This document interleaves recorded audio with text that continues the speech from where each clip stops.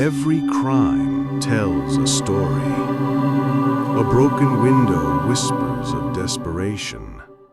A cigarette stub smolders with memory. A shallow grave screams of panic.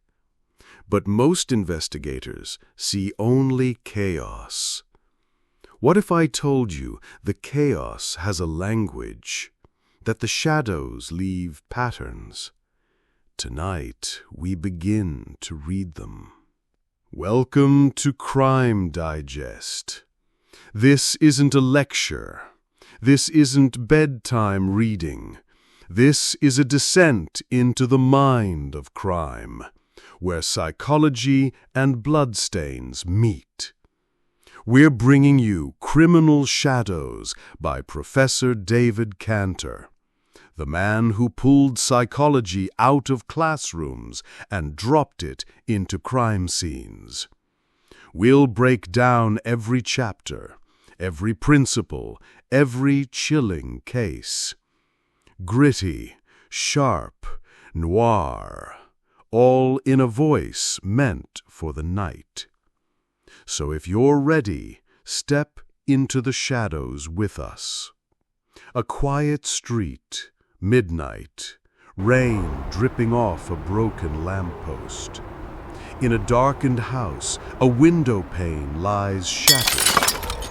The glass sparkles under the moonlight like teeth in a grin. Inside, a room torn apart, drawers yanked open, clothes scattered like fallen soldiers. But look closer. One drawer untouched, a photograph frame still upright, a cigarette stub left behind, smoldering. Details, tiny details. This is where most investigators drown. Too much noise, too many possibilities. They cast their net, but the fish swim free. David Canter saw it differently. He believed the net itself needed to change. A better net, one woven with psychology, precision, and insight. And this was the beginning. Welcome to Chapter 1 of Criminal Shadows. Welcome to a better net. In the early days, detectives had instincts. They had hunches. They had gut feelings. But guts lie. Canter noticed that too. Too many investigations depended on luck. One clue overlooked, one bias followed, and the entire case went cold. Police nets were made of rope, strong, but with gaps wide enough for shadows to slip through. Canter wanted a net made of threads finer than instinct, a net woven with the science of behavior, not just the brute force of suspicion.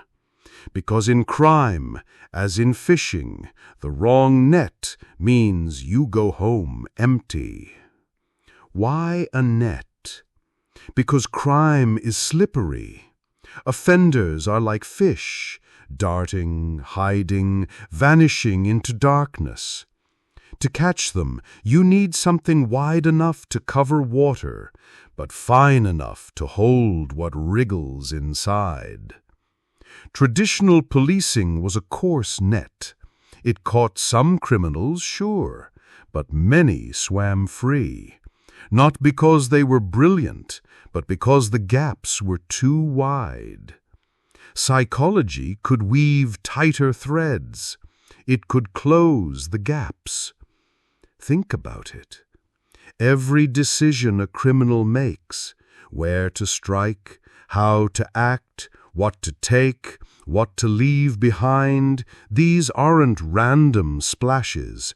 They are strokes of a pattern.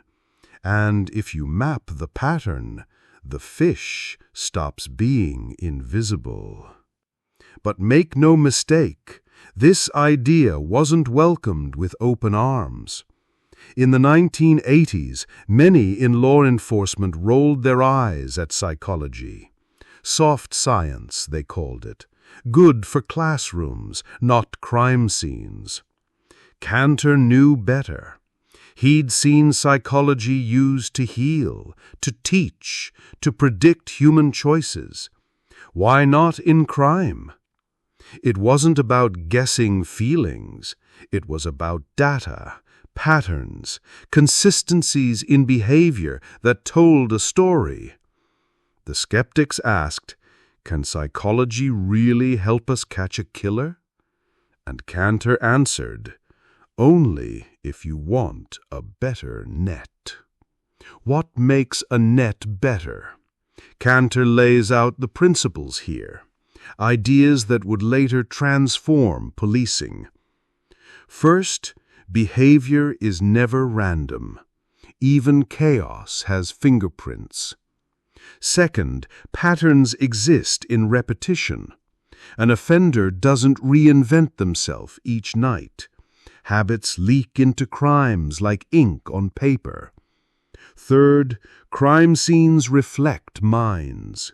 Messy rooms reveal messy thoughts. Order reveals obsession.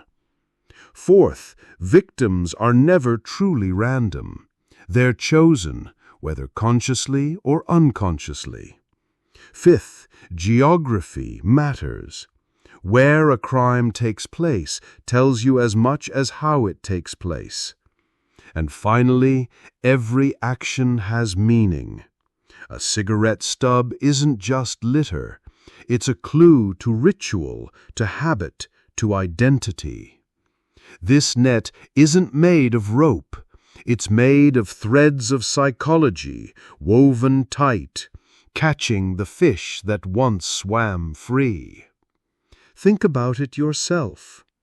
If you walked into a crime scene tomorrow, broken glass, scattered furniture, footprints on the carpet, would you see chaos or would you see a pattern? Would you notice the untouched drawer, the carefully placed photograph, the cigarette stub? Or would your mind, like most, get lost in the mess? That's the difference between an investigator with a rope net and one with a psychological one. Canter performed profiling for the UK Home Office in 1985. He demonstrated that a psychological net for the investigation could be woven from threads of factual clues. He also warned that this net must be undiamonded by emotional concern for the criminal. The key elements of this better net are as follows. By daring to weave psychology into police work, Canter made a promise that crime could be understood as human behavior, that behavior could be predicted, and that prediction could lead to capture. It wasn't psychic guesswork, it was science, cold, sharp, unforgiving. But this new net wasn't easy to cast. It demanded discipline, training, patience. To catch a shadow, you have to understand what it fears, what it seeks, where it hides. And that was Canter's revolution. Funny thing, though. Criminals like to think they're smarter than everyone else. They believe they're unpredictable, mysterious, impossible to read. But here's the truth. If you were truly unpredictable, you wouldn't be repeating the same crimes. And if you were truly brilliant, you damn clever, you wouldn't be leaving cigarette stubs and broken glass as breadcrumbs for us to follow. The shadows think they're clever, but clever patterns are still patterns, and patterns can be caught. So what do we leave Chapter 1 with? The image of a net, not a fisherman's tool, but a detective's. Not rope, but psychology. Until police learned to weave this better net, they would always chase shadows, always miss what was hiding in plain sight.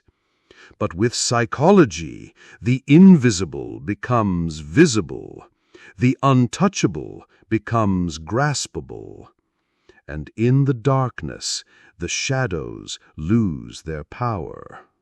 This was Chapter 1 of Criminal Shadows, A Better Net. If this pulled you into the dark, don't just disappear into the night. Don't ever disappear. Stay sharp, subscribe, walk with us deeper into the shadows. Because this story doesn't end here. In Chapter 2, we uncover the first principles. The rules that turn instinct into science. The code for catching the uncaught. Follow Crime Digest. The shadows are waiting.